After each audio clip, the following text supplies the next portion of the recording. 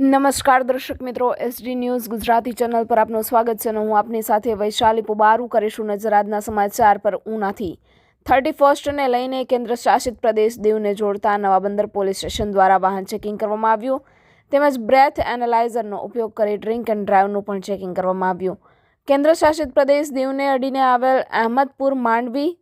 તળ દિલવાડા દીવ રોડ ઉના સહિતની ચેકપોસ્ટ પર પોલીસ એક્શન મોડમાં આવી છે અને દીવમાંથી દારૂની હેરાફેરી તેમજ દારૂનો નશો કરીને પસાર થતા પ્યાસીઓ પર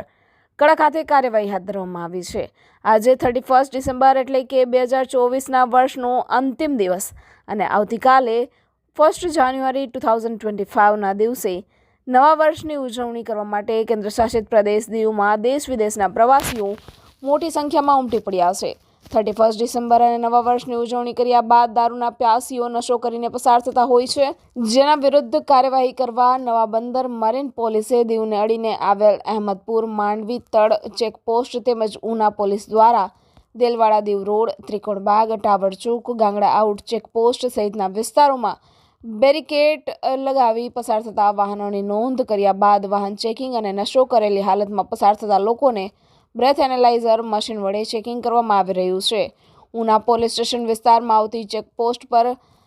2 પીઆઈ, 2 પીએસઆઈ, 40 પોલીસ કર્મીઓ સહિતના કામગીરીમાં જોડાયા છે તેમજ પોલીસ દ્વારા હોટેલ રિસોર્ટમાં નવા વર્ષની ઉજવણી દરમિયાન દારૂ જેવી નશાકારક પ્રવૃત્તિઓ પર સખત વોચ રાખી ઉના નવા બંદર પોલીસ દ્વારા દારૂબંધીની અમલવારી કરવા સ્ટાફને કડકમાં કડક સૂચનાઓ પણ આપવામાં આવી છે।